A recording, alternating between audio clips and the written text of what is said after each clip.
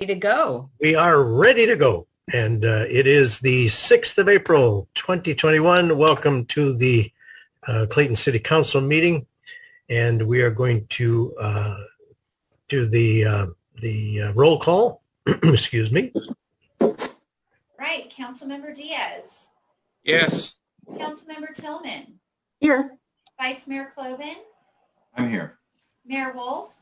I'm here. And just to inform everyone, I have received notice that Councilmember Juan is unavailable to attend this evening's City Council meeting. Thank you. We understand that's the case. Okay. So now we are going to go on to our meeting protocol video. Yes, we are. And it sounds far, far away.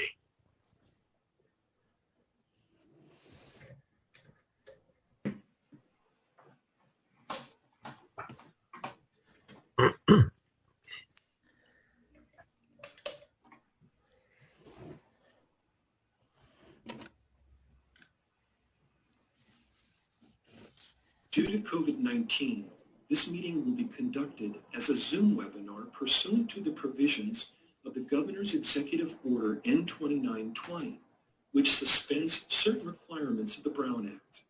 This meeting is being webcast on the City of Clayton's website. The mayor will call upon its council, presenters, staff, and other speakers by name and ask that they speak clearly and state their name before giving comments or remarks. Persons participating via webcast and Zoom with their cameras enabled are reminded that their activities are visible to viewers. Members of the public participating by Zoom wishing to speak should use the raise hand feature or dial *9 and the mayor will call upon them at the appropriate time. Telephone attendees will be called upon by the last 4 digits of their phone number. It is requested that public speakers state their name, but providing such information is voluntary. Written public comments received by Clayton City Clerk by 5 p.m. today will be entered into the record, but will not be read out loud. If authors of the written correspondence would like to speak, they are free to do so and should raise their hand and the mayor will call upon them at the appropriate time. A roll call vote will be taken for all action items. The chat feature is not active. In order to get the full Zoom experience, please make sure your application is up to date. Okay, I guess I have to apologize. I didn't see the video. Did anybody see it? It was very difficult to hear. Hopefully we were able to get through that. We got to get through those technical difficulties. But nevertheless, we're going to move on now and ask Councilmember Diaz to lead us in the Pledge of Allegiance, please. Thank you.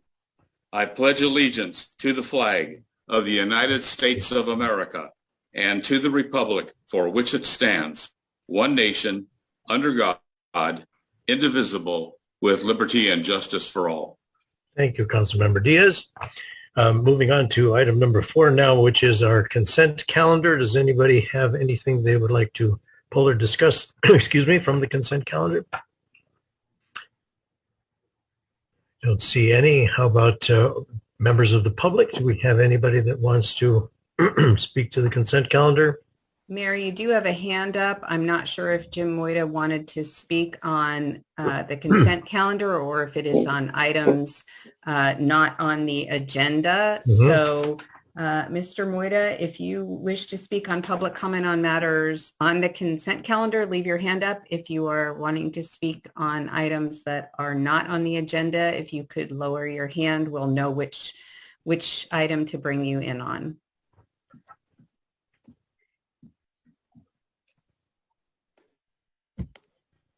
I'll go ahead and bring him in. I'm not sure if which he wishes to speak on. So okay, let's find out. Jim?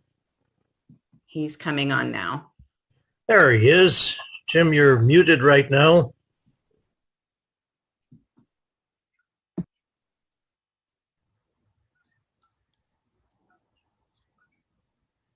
Waiting on Jim Moita.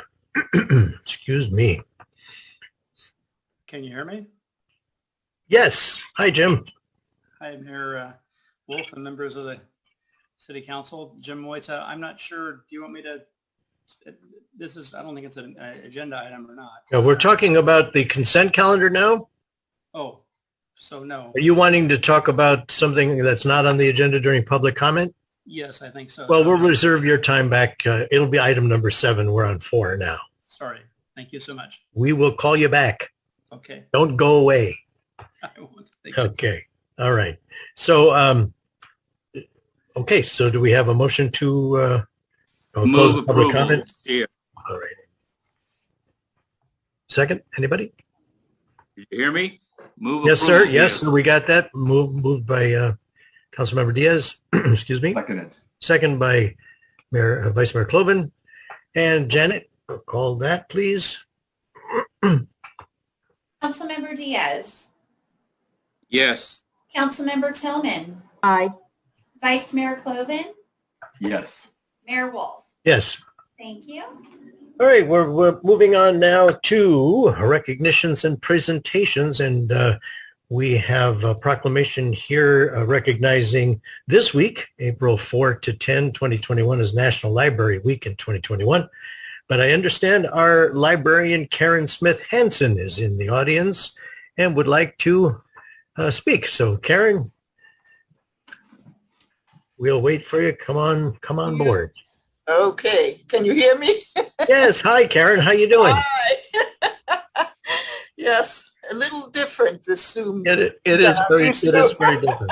It's very different. Okay. Yeah, it's been an exciting year at the library. Well, as exciting as in many households and for all people. We had our lovely celebration, our 25th year anniversary in March, and then the following week, everything closed down. And working from home for a while, and we started the front door service on June 15th. That's what we're doing right now, where people can come in and pick up whatever they've requested. And that's been very successful for us. We've had on average probably 50% of our usual circulation. But of course, people miss the actual being able to come in. Being part of the county library system, we've had lots of online offerings, programs. Patrons have taken very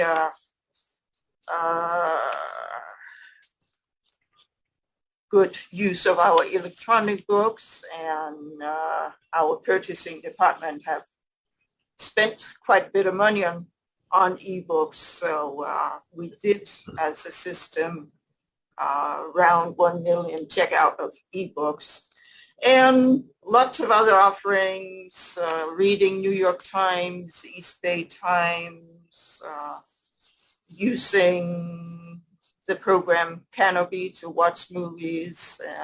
Everything has really worked to our advantage, especially considering that, so many things happened this last year, but you may remember that we started 2020 with a severe attack on the county library system. So we've recovered in time to deal with this.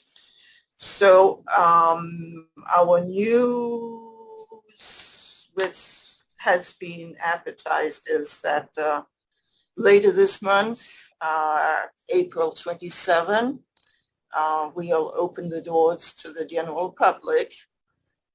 Right now, we are in the 50% admittance of people being able to come in the doors. 100%, according to the fire department, is 155. So we are expecting, if we're still at the 50%, that shall work out. It will look different. We've moved all the seating, all the chairs to the study room and the story room. The idea is patrons come in, browse, find what they need, pick up their holds, talk to staff about accounts, and we're just really looking forward to seeing our public, our masked public again. We have masks available for people who might forget them.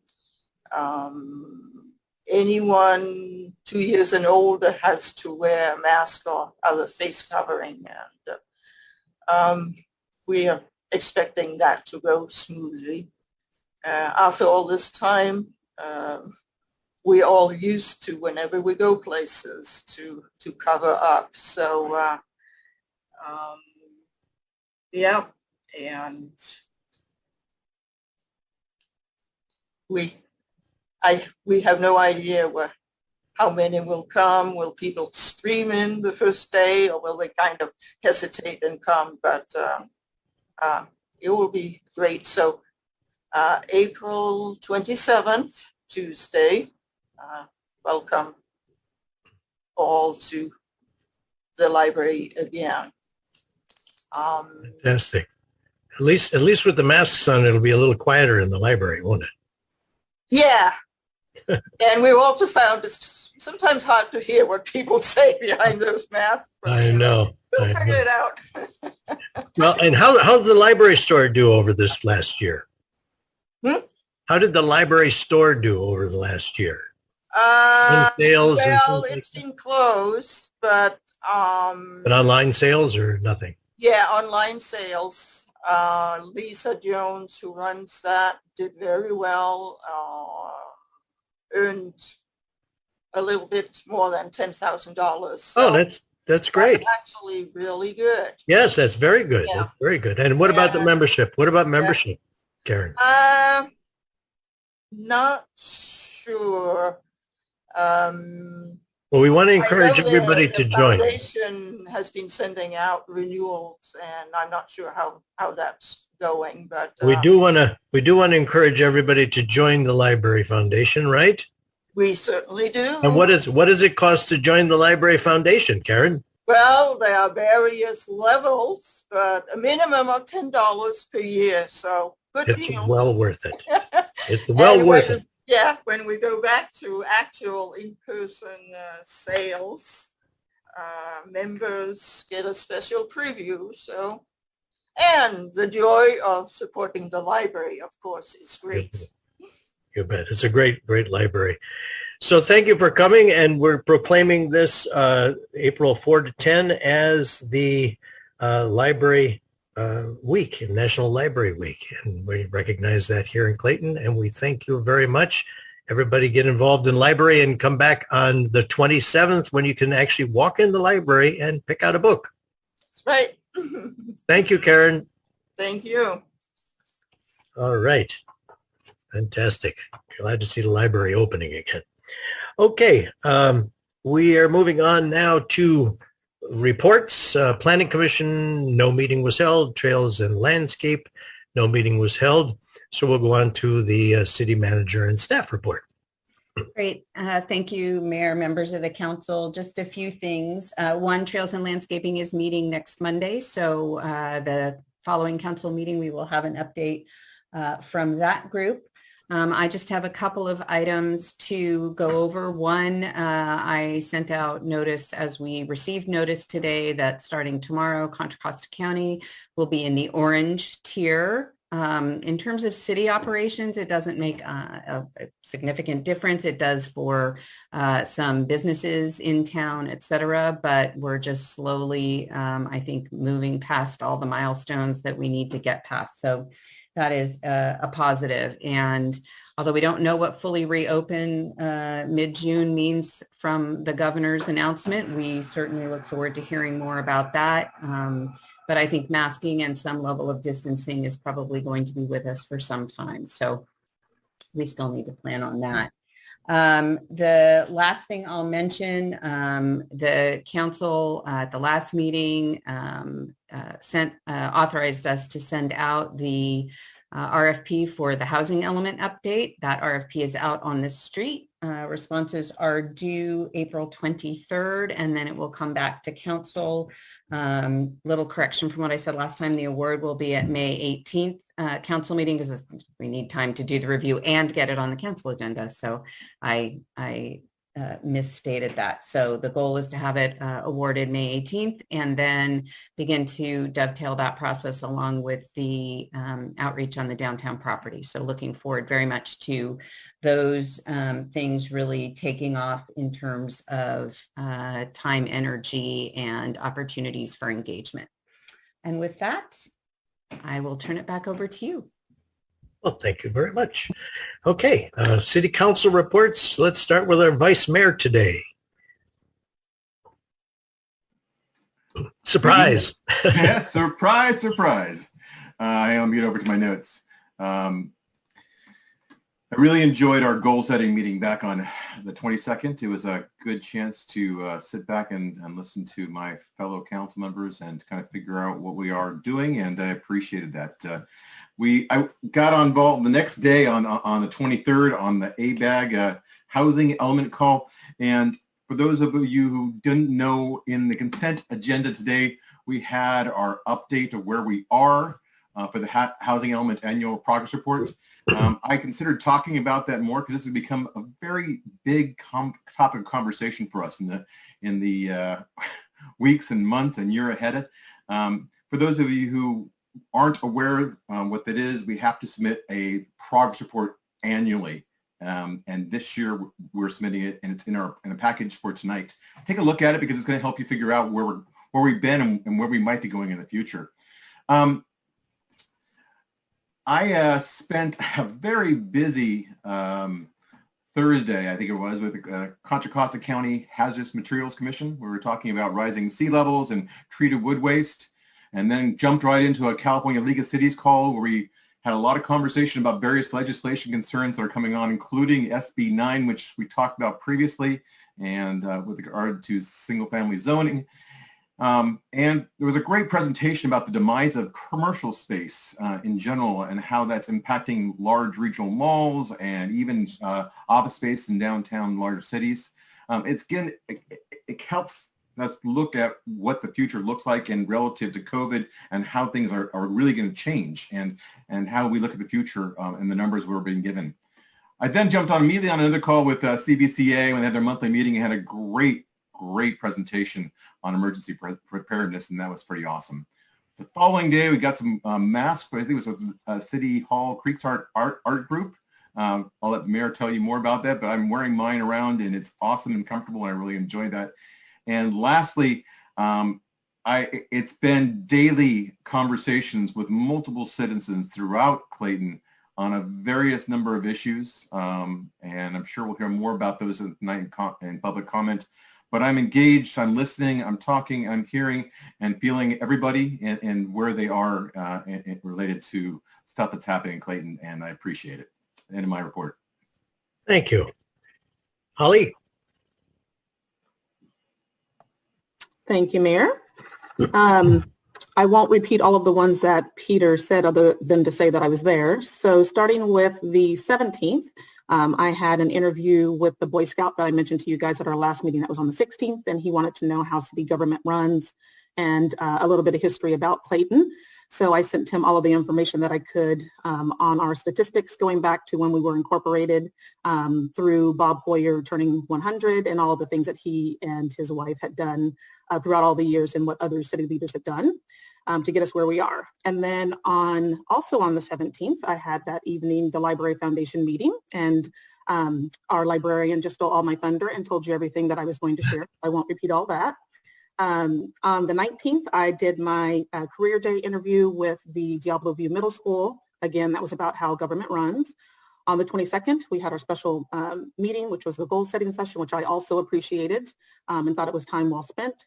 On the 25th, I had a meeting as the liaison for the Mount Diablo Unified School District.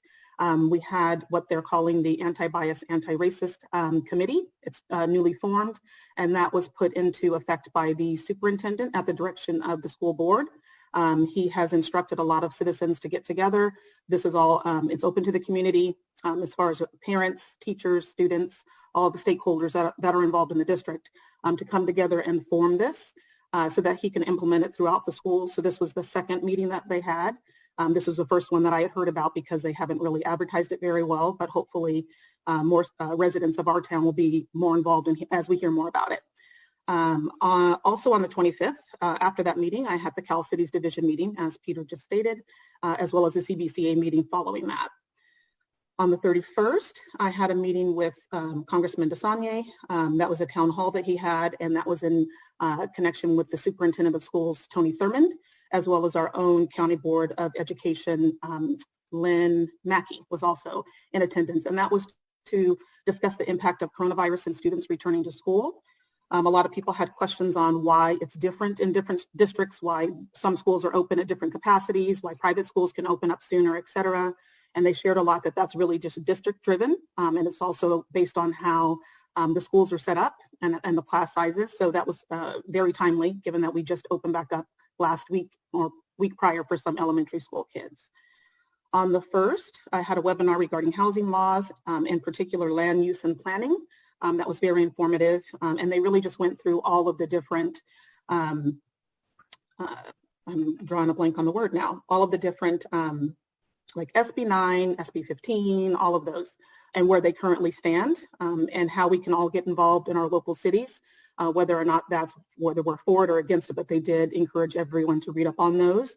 And then the mayor's conference was also that evening, followed by later throughout the week, my meetings with city staff and city manager Schwartz. Thank you very much for all that time. And then I'll just let everybody know that's on the call that we do have some upcoming meetings discussing anti-hate against the Asian community. There's a rally this Saturday in the Grove Park. The mayor may speak more about that. I would encourage people to attend. I will try to attend if I can get back from a track meet. And then there's also later this month, Clayton Speaks is hoping to host a Zoom forum, and that's open to everybody, not just Clayton residents. And that's also the same topic. It's being allies for the Asian community, given everything that's happening with them recently. And given that, you'll hear a lot about public comment, but I did want to state, since I won't be able to speak then, that I am an ally. And I know that there have been some incidences here in town that most of the council, I'm sure, is aware of. And I want the residents to know, just as Peter, I've heard you, I'm listening, and I, for one, will not sit in silence.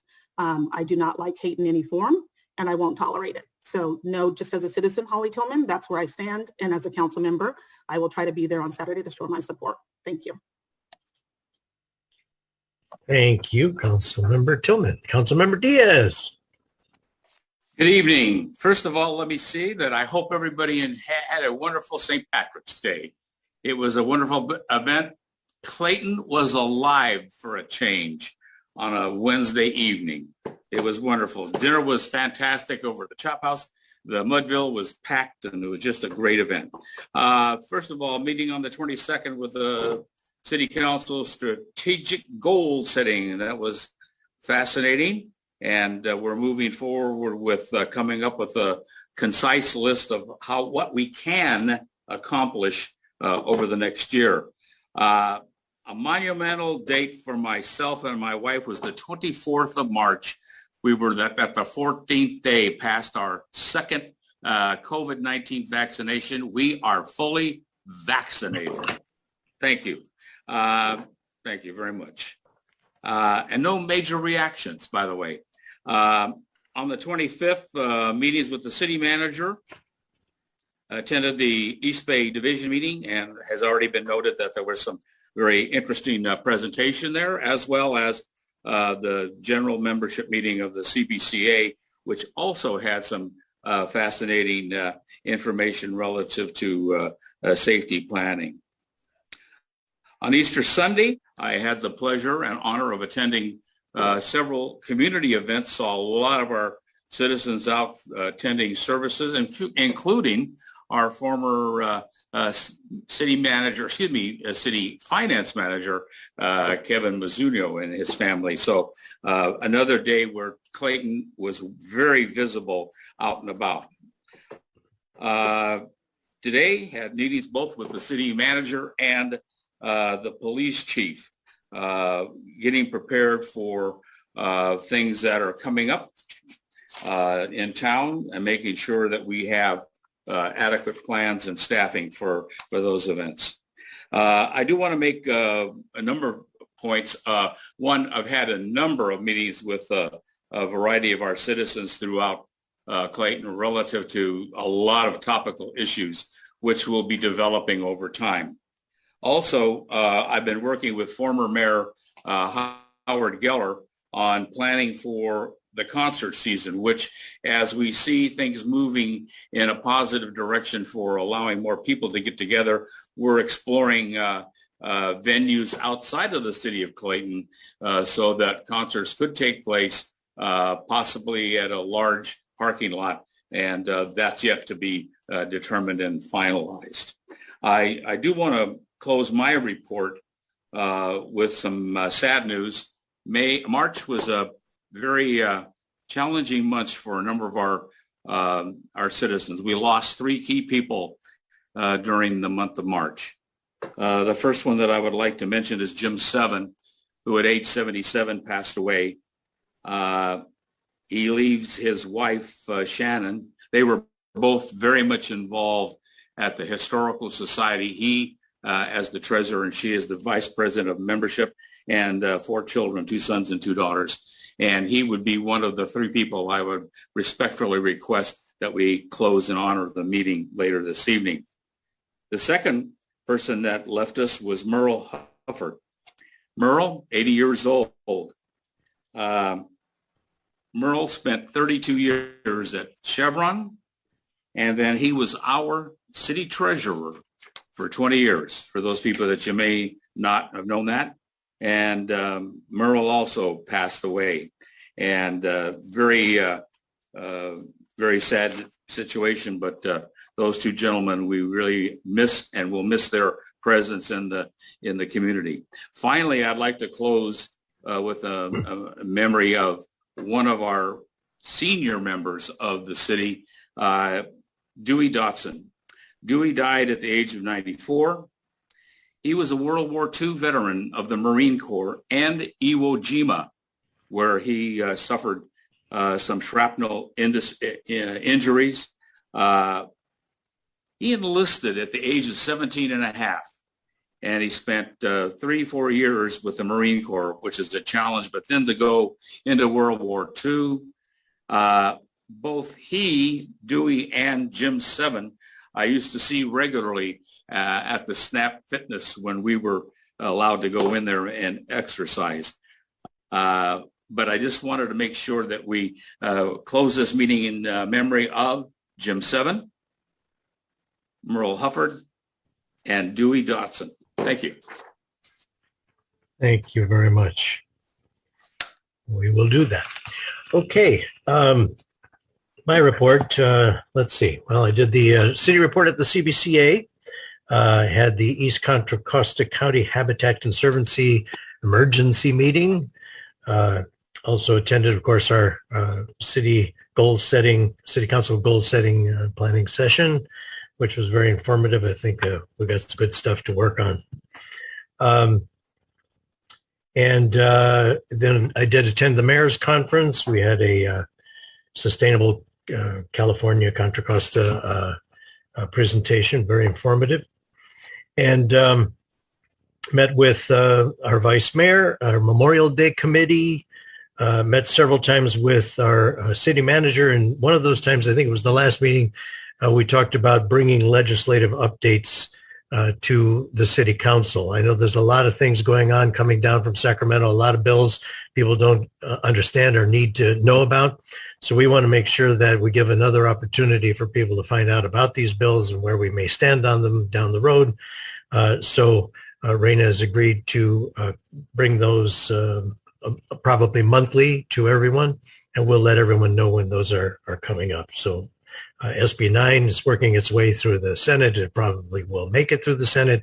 We have a lot to do there with the Assembly when that goes through. SB 10, a lot of things we need to talk about. So those will be updated to you here at the council meeting going forward. Then let's see. The mask. We got. I was joined by Vice Mayor Cloven, and we have a couple of students from that are working with the Creekside Artists Guild and the Creekside Cares during COVID, which they call CCC. That's a community project, and they were nice enough to make us some masks and for the city council. We have them for everyone in the city council. It has the city logo on it right there with the dates and our initials on the side there. So, and they're very good to catch, they're very thick. So, but anyway, they're great. And do we have? I see Annette Ventura. That's Mom, I think. But is Emily Ventura here and Christine Tran? We want to thank them very much for their efforts. Maybe they could tell us about the CCC Community Project. Yeah, of course. I'm here and Emily is here as well. Ah, there you are. Mm-hmm. Hi. Hey, I can see you without a mask on. That's what you look like. Hi. Mm-hmm. Yes, nice to meet you without a mask. Good to see you. And, so can you tell us a little bit about the past year, about the CCC Community Project? Oh, yeah, of course. So basically, Emily and I, we've been working with the Creekside Artists Guild. We're helping like compile a list of all like the small businesses or like local organizations around Clayton to try and deliver. We so basically contact them, see how many masks they need, and we just like compile them to a list and we help deliver them.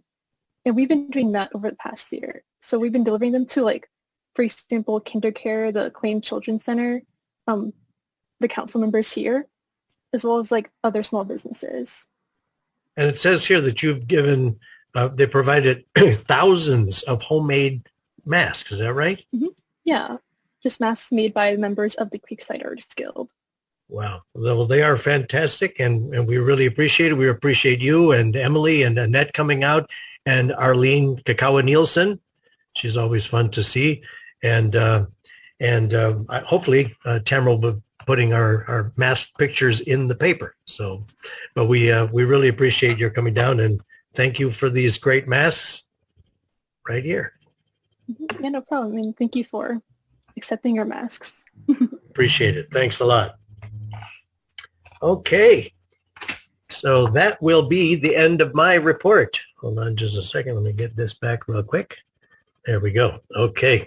Now we are going to move on to our public comment on non-agenda items. You'll have 3 minutes, up to 3 minutes to speak on non-agenda items. And I think Jim Moita is still probably in the queue. And so we'll let Janet manage the queue and bring in, I think Jim will be first, right?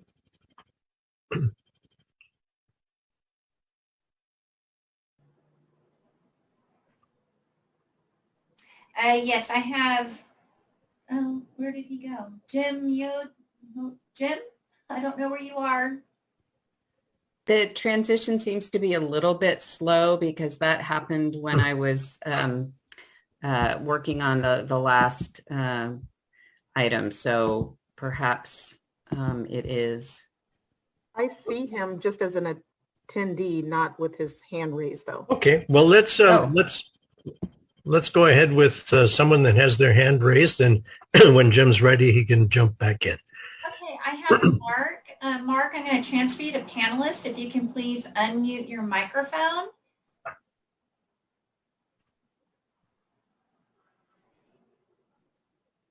And Mark, I have you on panelist. If you could just please unmute, and there you are. Okay, thank you. Hello, my name is Mark Quady. I'm a new resident to Clayton. I moved here in November with my husband, Jonathan, and our 8-year-old adopted son. We are a same-sex and interracial family and have been together for 20 years. I'm Caucasian. My husband is Chinese American, and our son is Latino. I'm also the son and grandson of Vietnam and World War II veterans. We came to Clayton for the wide open space, access to nature, the strong schools, and friendly small-town atmosphere. I'm here today to tell you that since moving here, we have not felt safe in Clayton, primarily due to our immediate neighbor flying a Confederate flag, threatening us on multiple occasions, and having our neighbors outside relatives continue to harass and intimidate us at our home. We're not sure if this is because we are a same-sex couple, if it is because we're an interracial family, or if it is because of what we represent or what we support. But I suppose it is probably a combination of all these factors. We have never lived anywhere where a neighbor has proudly displayed hate symbols without any repercussions, nor have we lived anywhere where a neighbor has decided to label us and hate us before even knowing us. When presented with this hate, we decided we would stand our ground and let our neighbors know where we stand by placing civil rights signs and a pride flag in front of our house. It was important for us to show our child by example that you need to stand up against racism. This has caused further harassment and intimidation, and recently our neighbor's son-in-law yelled white power at us while doing a Nazi salute. You can see this on YouTube. Just search for Clayton, California, white power.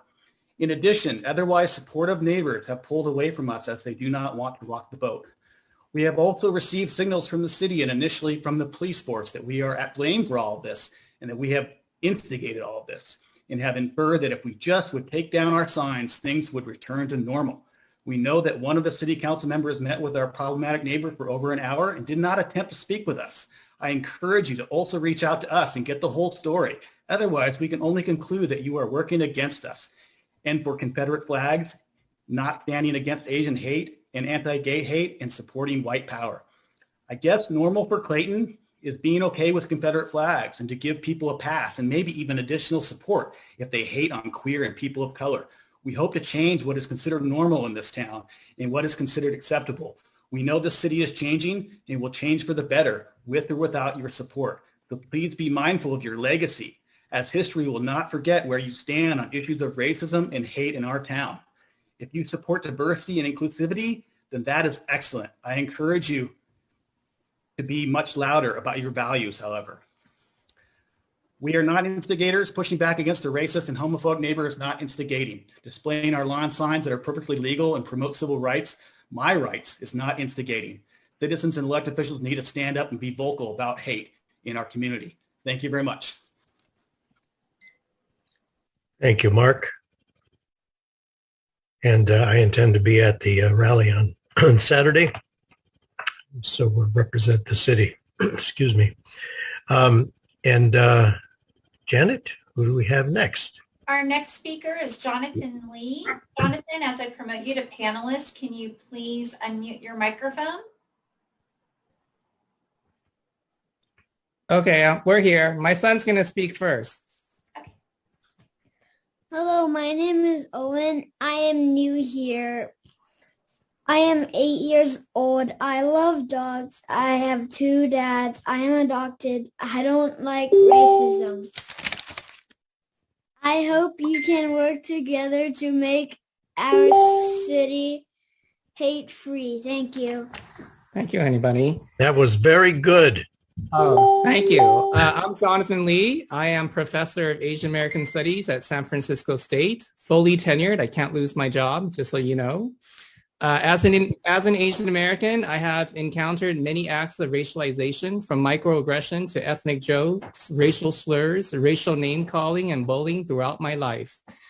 For the first time, though, recently here in my own neighborhood, in my own cul-de-sac, from inside my house, my neighbor's relative assaulted me with a Nazi symbol, a Nazi salute, and shouted white power. This was the culmination of months of harassment. As a result, I'm organizing the Stop the Hate rally, and I'm happy to hear that some of you will be there at Grove Park this Saturday at 12 noon to call for the dismantling and destruction, full eradication of all forms of hate and racism. I would like to see Clayton publicly and seriously engage with issues of discrimination and hate. Not just racism, but sexism, ableism, ageism, homophobia, transphobia, Islamophobia, and anti-Semitism. City staff and police force needs constant and robust training on implicit bias, and the city should offer free training on bystander intervention for all residents, young and old. Our schools should also have robust anti-hate and anti-bullying curriculum and training for teachers, staff, and students. Clayton is a hate-free city, should be our new motto. Clayton is a hate-free city. It will remind us of the work ahead, and all of us can do our individual parts to transform our city into a hate-free one. But it starts with admitting we have a problem, and that unfortunately we are not yet hate-free or free of racism. Thank you for your time. Thank you, Jonathan. Janet, do we have anyone else in the queue? Yes, our next speaker is Bassam. Bassam, if you can please unmute your microphone while I promote you to panelist.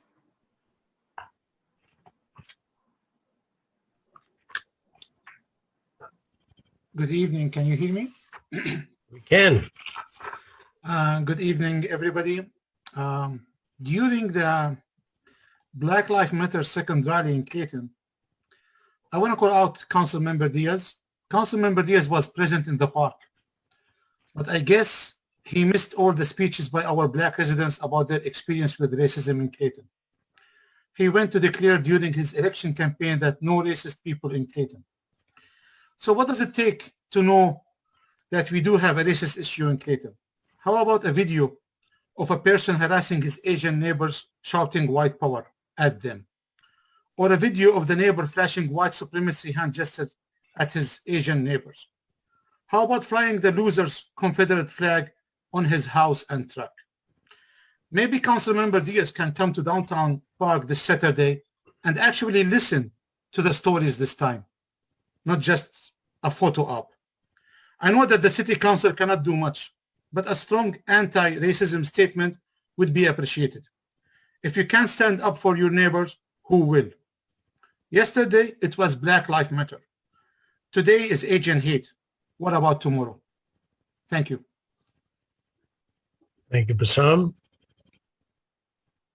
Janet, do we have anyone else? Our next speaker is Dee. Dee, I'm going to promote you to panelist. If you can please unmute your microphone.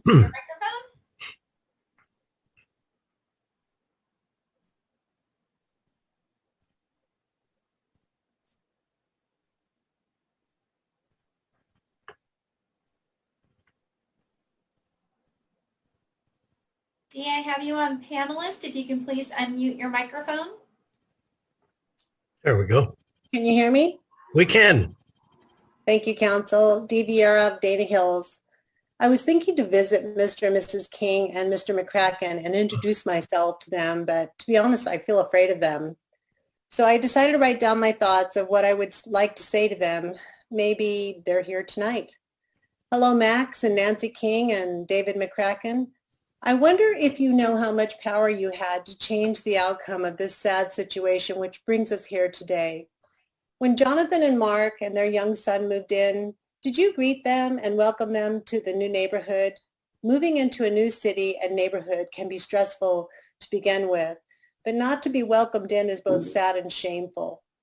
So what if your neighbors put in an anti-hate messages in their yard?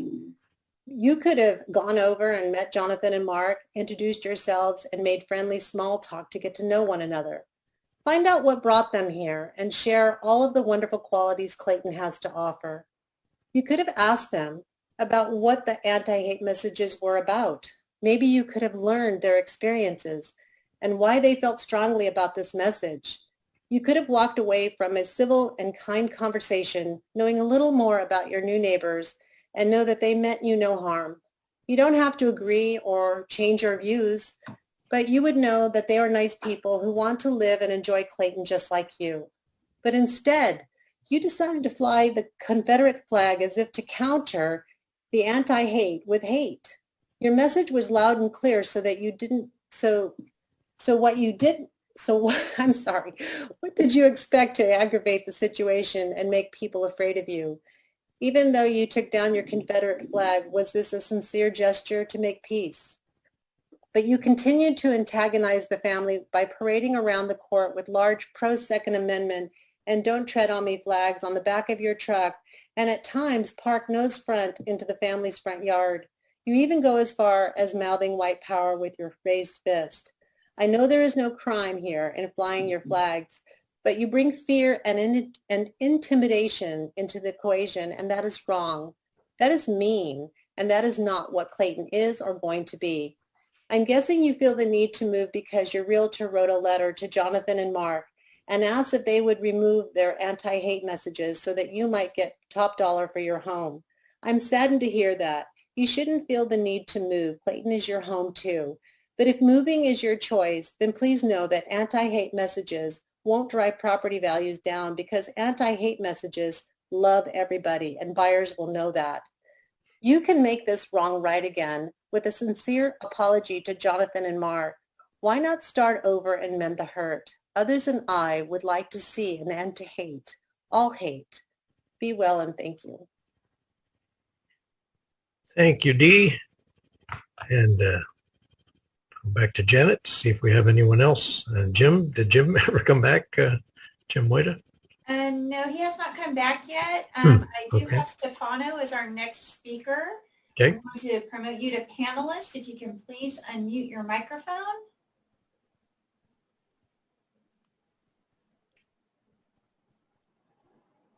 Hello, can you hear me? Yes. Hello, everyone. My name is Stefano, and I'm on the board of directors of the Rainbow Community Center of Contra Costa County, right here in Concord. I'm also a resident of Contra Costa, a husband, a father, and a transgender man. This past June, I was also in attendance of Clayton's first Pride flag raising, and I produced a short video capturing the events of that day in downtown Clayton. City residents and police officers welcomed me. Students were interviewed saying this community supports everyone. The mayor at the time recited the proclamation, and I quote, "The City Council of the City of Clayton is proud to declare the month of June as LGBTQ Pride Month and invites everyone to reflect on ways in which we can all live together and work together with a commitment to mutual respect and understanding, and further recognizes Pride Month by flying the rainbow flag at several poles around the city." Thought that was a pretty great way to open up Pride in Clayton just last June for the first time. What I saw then and what I'm seeing now are two different sides of Clayton in regards to Mark and Jonathan's incident. So one is saying that you accept all those of diverse backgrounds, while this incident of hate and discrimination towards a particular resident or residents, goes on without consequence. So you cannot sit there and be silenced while the Asian community continues to be attacked, while the LGBT community continues to be attacked. I'm calling on Clayton officials to continue to promote the safety and acceptance of all its residents, regardless of age, color, race, ethnicity, religion, gender, or sexuality. I encourage other residents who have power to stand up for those who need your support. And if you are looking for additional support and education around the LGBTQI plus community, you are invited to reach out to the Rainbow Community Center through our website, rainbowcc.org. I'm also hoping to stand as an ally this Saturday at the anti-hate rally. Thank you very much for your time. Thank you, Stefano. Okay, and do we have anyone else, Janet? We do. Our next speaker is Scott. Scott, I'm going to promote you to panelist. If you can please unmute your microphone.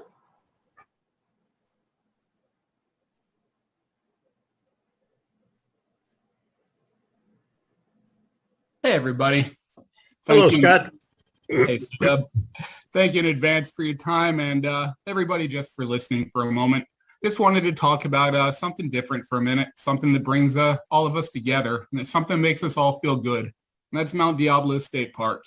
This is an amazing time of year to experience the park because the wildflowers are in full bloom, butterflies are out, creek is still flowing just a bit, and you can't walk more than a couple of steps without hearing the birds chirping in every direction. It's a place that gives us all a sense of peace, harmony, and balance. Things that are bigger than ourselves and the petty little problems that we create for ourselves. I said it in the intro to one of my favorite songs. Some say that we go to places like this to get away from reality.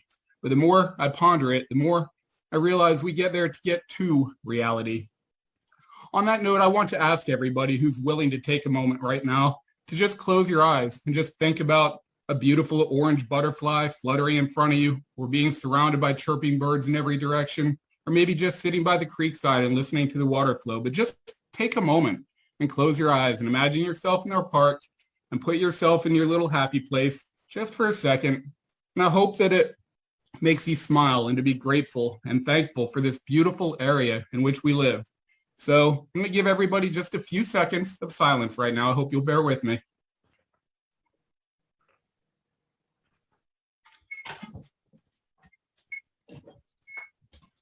Forgive my dogs for going in and out of the dog door and ruining the silence a bit. But you see, my point here is that we all have the ability to see and to experience these beautiful things anytime we want without much effort at all. And we should take note of this feeling. We should apply it. Actually, whether this feeling be contentment or harmony, peace, whatever it is for you, let's apply that feeling to our neighbors and to our town and to everybody around us. Let us treat everybody around us how we would want to be treated ourselves. Let us welcome all of our neighbors with open arms and with the tolerance and with the integrity and with the courage in the same way our signs greet anybody who comes into our town. Let us not say the words, but let us act in ways with tolerance and with integrity and with courage to all of our neighbors. On that note, we ask anybody interested to join us at Moressi's this Friday evening at 6 p.m. to welcome our new neighbors, Mark, who you heard earlier, and his husband, Jonathan, to the neighborhood. Hope to see as many of you there as possible, and hope to see as many of y'all out there on the trails as possible as well. Looking forward to seeing y'all at the rally on Saturday too, and peace, love, and happiness to everybody. Thank you again for your time. Thank you, Scott. And I think we have a couple more. We do. Our next speaker is Frank. Frank, I'm going to promote you to panelist. If you can please unmute your microphone.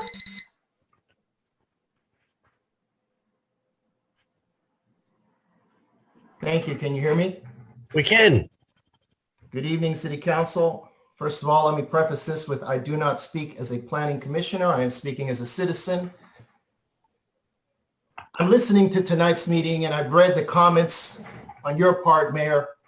I don't stand for any kind of racism, and as I've had to explain to some of you, I've been a victim of it, although that was discounted during this past election season.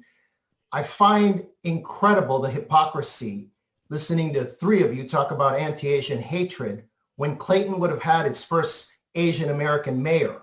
But that didn't happen, and that was done out of political vindictiveness. Second of all, 2 white people were appointed as leaders. This didn't just end here. It was also done on the Planning Commission, where I would have been the first Hispanic vice chair of that commission. I guess Hispanics in this town don't count. A colleague of mine just called to Rip, the only Hispanic that has been in a leadership position in this city. So I don't stand for inconsistency, and I don't stand for people who go around talking about racism when it takes place right here. Just because you disagree with someone politically is not a reason to throw them under a bus and make sure they never serve in a leadership capacity. So take that very seriously. Holly, you and I have a lot in common. I've been berated as much as you have, probably more. I'm seeing you shake your head and you disagree. I've been called spick, wetback, beaner, you name it, growing up. I just don't dwell on it. I've worked hard to succeed. I don't like racism as much as you dislike it. I don't like what's happening to our neighbors here in Clayton either. That was wrong. But to step on other minorities, that's not right either. And you want to talk to me about white supremacy? You got it right now in Clayton. 2 white people are in charge at the city council. Oh, and 2 white people are in charge at the Planning Commission, a white person cut in front of me. I'm sure you wouldn't appreciate that if that had happened to you. I'm sorry for my emotional response. It's not typically how I am, but I don't stand for hypocrisy, ever. And Councilman Cloven, you are the common element in both of these things. I once considered you a friend. I had an enormous amount of respect for you, but you were the common element in both. The right thing to have done back then was not to play petty politics. And you shouldn't have played it this time around. Clayton would have its first Asian American mayor, and that would speak volumes about what's going on right now in this country with anti-Asian hatred. Thank you and good evening. Thanks, Frank. Okay, and then I think we have a couple more yet.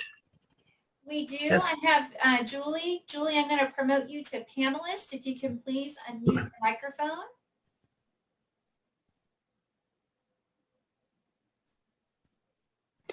Hi, my name is Julie Kirking. Can you hear me? Yes, we can. Hi, Julie. Hi. I have autism, and as you well know, it's the month of April, and it is Autism Awareness Month or Autism Acceptance Month. And I was just wondering how the city of Clayton helps to raise awareness for autism, like events that go on, or planning events for autism awareness or to bring awareness to the community. That's it. Okay. Thank you, Julie. And I know we're going to be talking about some of the cultural heritage months coming up here in just a little while. We'll discuss that. And do we have anyone else? We do. We do. I have Vince. Vince, I'm going to promote you to panelist. If you can please unmute your microphone.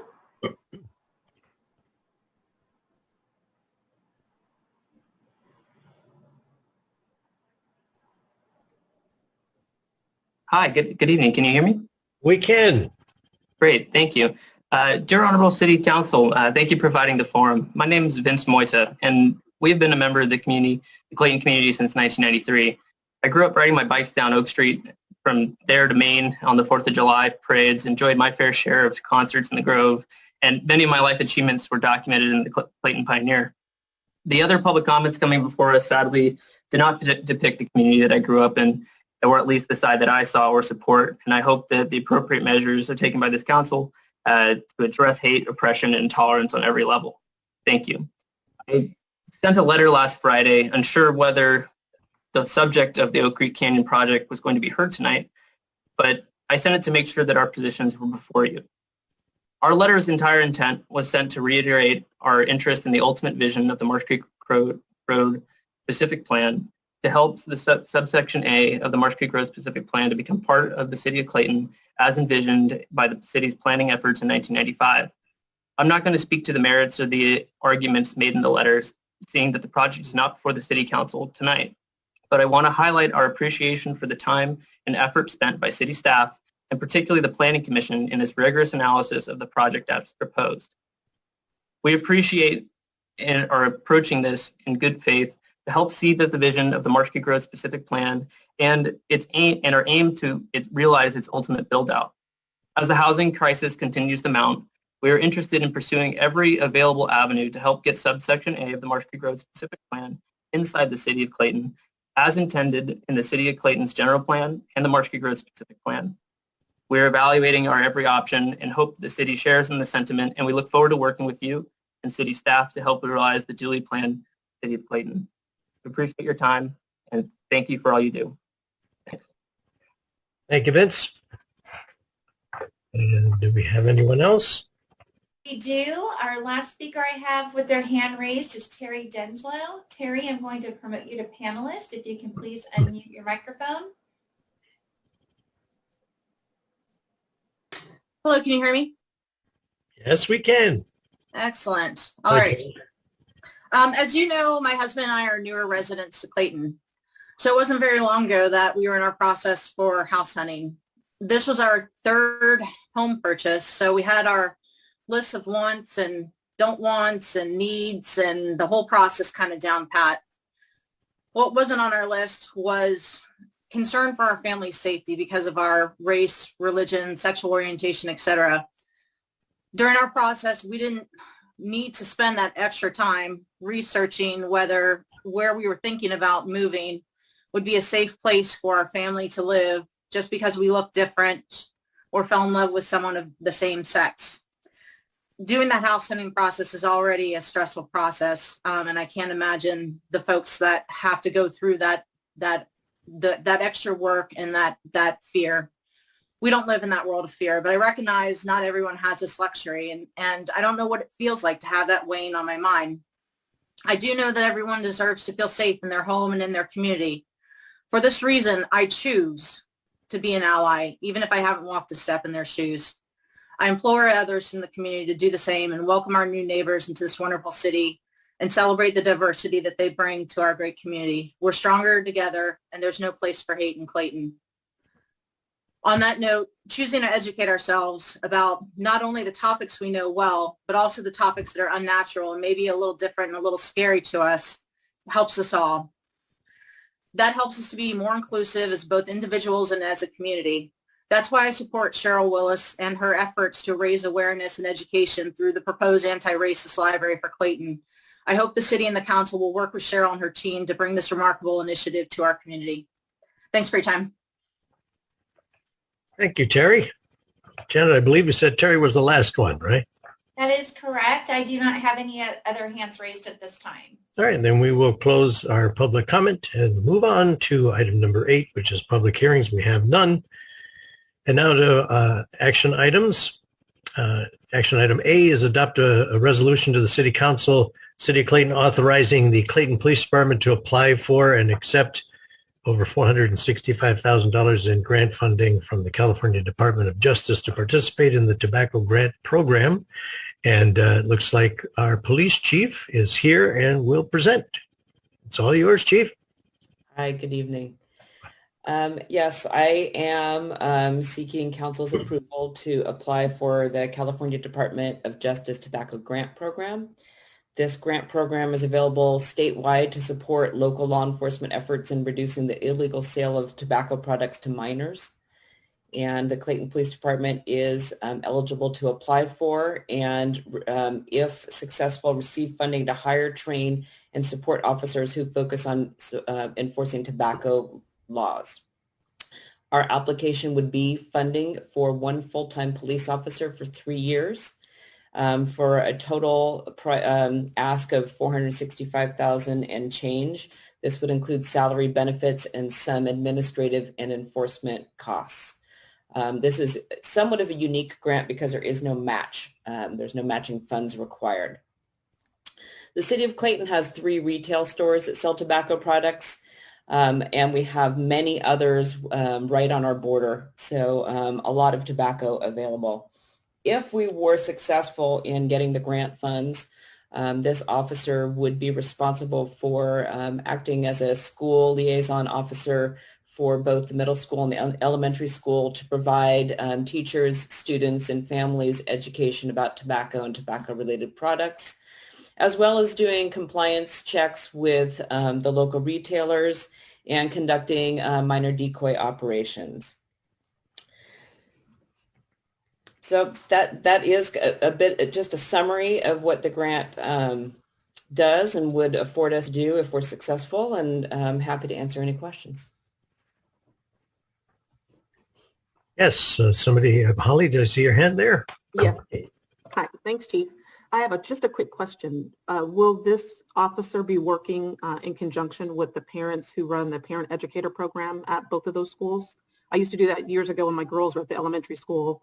But this type of training in the elementary schools and the middle schools is done by the parents. And I'm just wondering if he's going to be working in addition to them with that program and whether or not. Well, since we've never had this position before, I think it's open for, all of that. It would be something that we would, work closely with the schools and whatever associations wanted to partner with us. So I could see that working very well. Okay, great. Is it going to be similar to what the DARE program was years ago?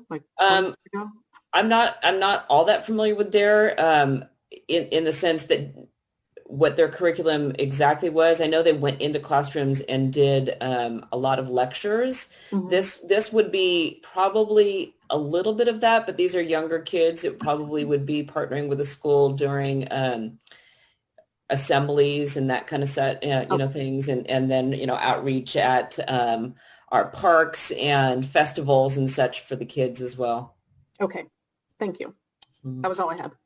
Sure. Thank you. And Peter? Real quick question. I have a daughter who just went into high school, so I'm familiar with the middle school and perspective from speaking with her regarding the challenges that may exist there. Can you tell me, Chief Warren, was there a request or any desire for this, or was this just something that became available and seemed like a good idea? It became available and seemed like a good idea. I'm just curious if there was a request, that's all. Thank you. No, I have spoken to the principal at the middle school, and there is a vaping problem at the middle school, probably similar to other cities. So he was supportive of the idea. Thank you. Any other questions? Jim, you have anything? Anybody else? Yeah, I do. I want to compliment the chief on applying for this grant, and that's the one good news. It gives Clayton a potential of augmenting the police department to do some of the things that we have been doing by diverting some of our existing staff. As you know, recently retired police officer Alan Pike was very much involved both at the elementary school and at the middle school. And just helping young people get educated and seeing a friendly face from a police officer is a very positive thing. This, I believe, will be one step further in that direction. And it's money that doesn't come out of our general fund. The state Department of Justice is actually granting it, and which tells me that they are finally beginning to see that some local police officers, police departments are in need of additional funding outside of their normal sources to augment their forces. And I continue to support that, and hopefully there'll be other grants that the state will be offering to local departments. I know one department in the Central Valley that's already utilized this grant in the past very effectively, and it seems to work very, very well. And I, again, applaud the chief for moving forward on that. Thank you. Here. Thank you. Okay. Any more questions at all from council? Otherwise, we'll go to public comment. Do we have anyone wants to talk about this? We do? Okay. Janet? Yes, I have Jim. Jim, I'm going to promote you to panelist. If you can please unmute your microphone. Oh, there's Jim. Okay. We saw Vince before, but now we see Jim. Okay. Hi, Jim. Hi there. How are you? Good. How you doing? Good. I just listened to almost a barrage, but it's interesting times we live in. It's just as a point of my own, and it's sad. I mean, there just seems like we're on edge. Everyone's on edge, and I hope we make it all through it together, because that's the only way we make it as one. We're all humans, and it's kind of the vicious attacks I heard tonight are sad. But moving forward, Clayton is a resilient place. California, we're all here because of the weather. It's such a nice place to live, and I look forward to many years of living here. Hopefully, the rest of my years. I've been here for 30 years, I guess. I wanted to reiterate, I guess, what my son had said earlier. We, started working to annex to Clayton 30 years ago. We were turned down by the county, and we still want to move forward in some fashion. I'm not sure how long it's going to take. It may take 1 decade or may take 2, but if I'm still around, maybe that'll happen. I don't know. Hey, Jim, I hate to interrupt you here, but we're kind of off topic. Yes, I know. That was from before. So yeah. Sorry, so do you have anything you want to talk about the resolution with regard to this grant? Well, I think everything for the police department is good, because we need to have a strong police department. Time show that, and certainly education is a good thing. Thank you so much for your time and effort.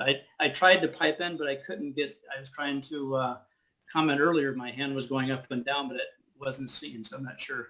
I guess I'm a novice on Zoom. So thank you so much, and thank you for your service. Thank you, Jim. Do we have anyone else who wants to speak to this item A here? Mayor Wolf, I do not have any other hands raised. Okay, then we'll close the public comment and bring it back to the council. Any more questions or comments or call for a vote here? Well, if we need a vote, I would do we need a vote on this? Approval for this action. Pardon me? Okay, I yes. don't think we do. I think it's more informational. And so I'm surprised that it is an action item, Yeah. quite frankly. Raina is saying, We do want to have formal council approval of submittal of the grant. We will submit that with the grant application. So, all right, then I move in favor. I'll second. and second by Tillman. First by Diaz and second by Tillman. And Janet, please. Sure. Councilmember Diaz. Yes. Councilmember Tillman. Yes.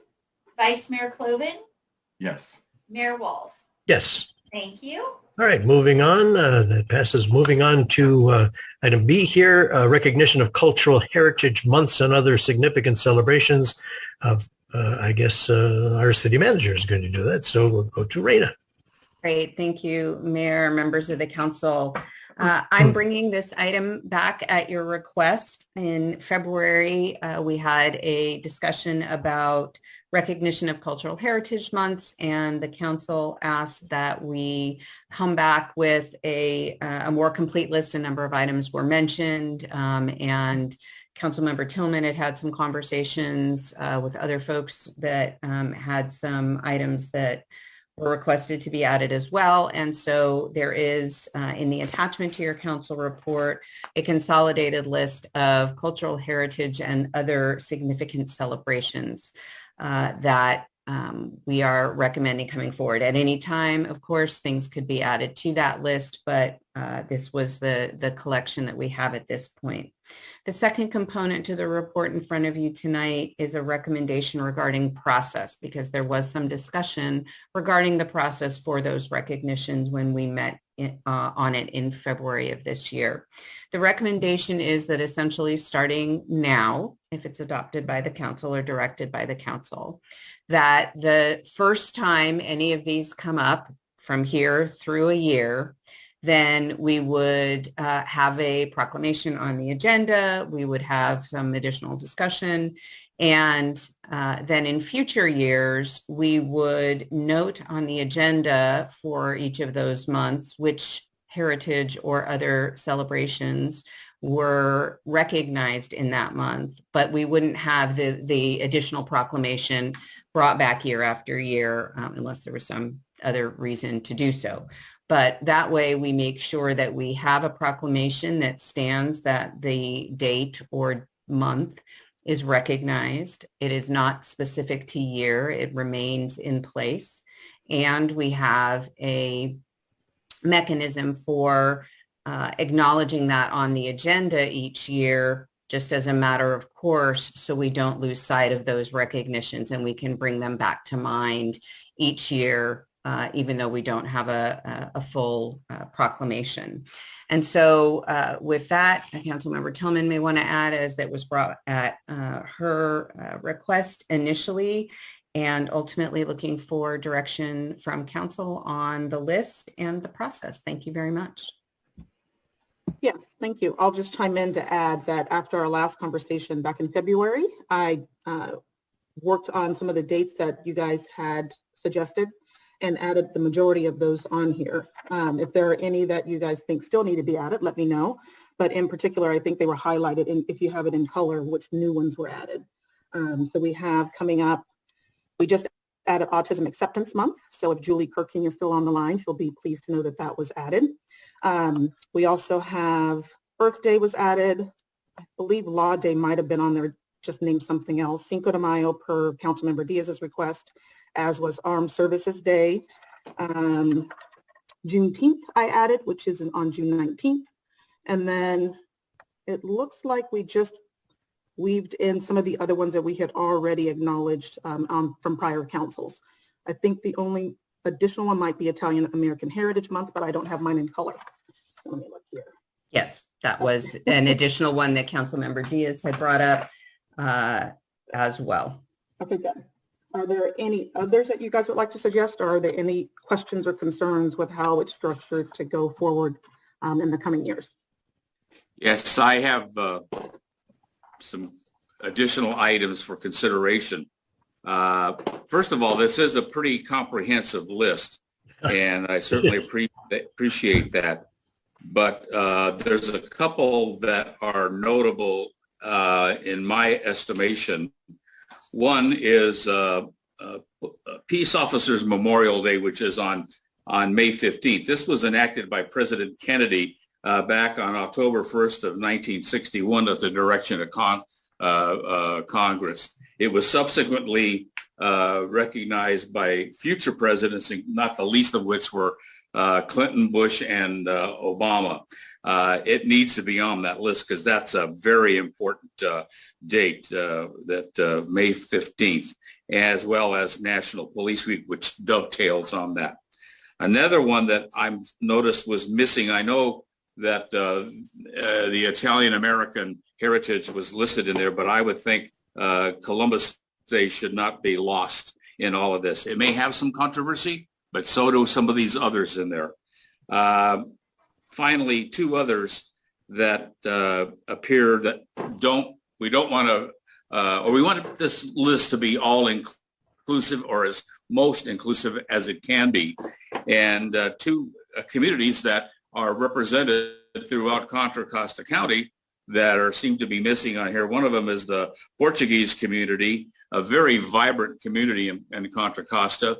And I don't recall any specific national holiday that's been enacted, but certainly one we would want to consider for future recognition.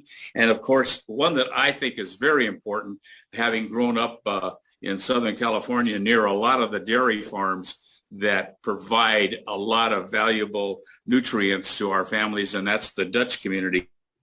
And the fact that they were instrumental in bringing forth the milk that we have available on every day. But those are the only four that I can think of.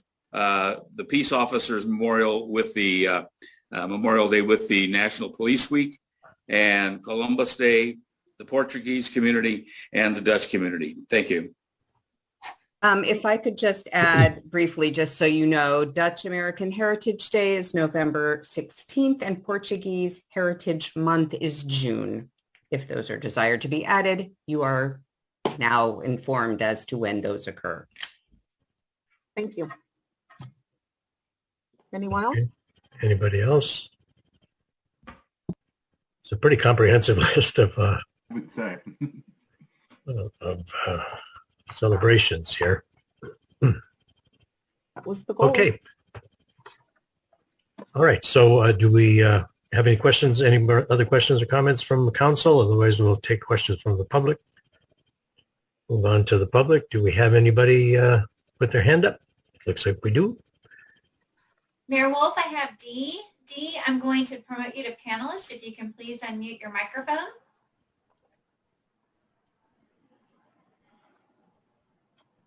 Can you hear me? Yes, Dee? Just quick question. I know it's got to be on that list, but you know I'm going to ask. Is Pride on that list? It is. All right. Thank you. I just need that. I just need to hear it. Thank you. Yeah, it's been recognized already. In fact, I'm going to talk about that later, but it's one of the already been recognized on the list here. Great. Thank you. Anyone else? Mayor Wolf, I do not have any other hands raised at this time. Okay, then let's close public comment and bring it back to the council. And we need a motion on this now. And when we make this motion, do we say as is now or As amended. What'd you say, Peter? As amended with As Jim's amended. suggestions? Because we can add the Jim's requests in now. All right. So do we have a I motion? move we pass it as amended with Jim's suggestions.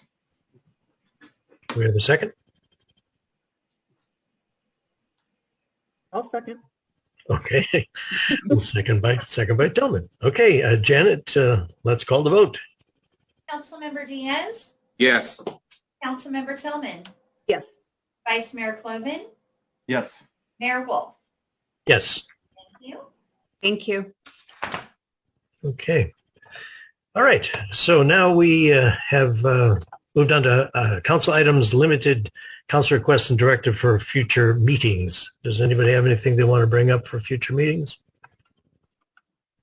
I would like to bring up one thing for a future meeting, and that kind of goes along with this Cultural Heritage Month. I think we need to correct our date on the flag, flying the pride flag in June. So we need to bring it back so we can get the language right. So we take the date off of flying the flag as of just 2020. So I'd like to bring that back. Anybody else have anything? Going once, going twice? No? Okay.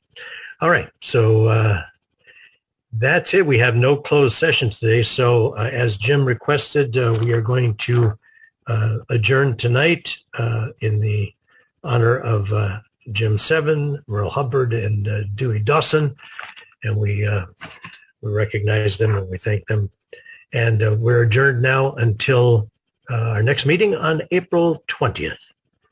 Good night.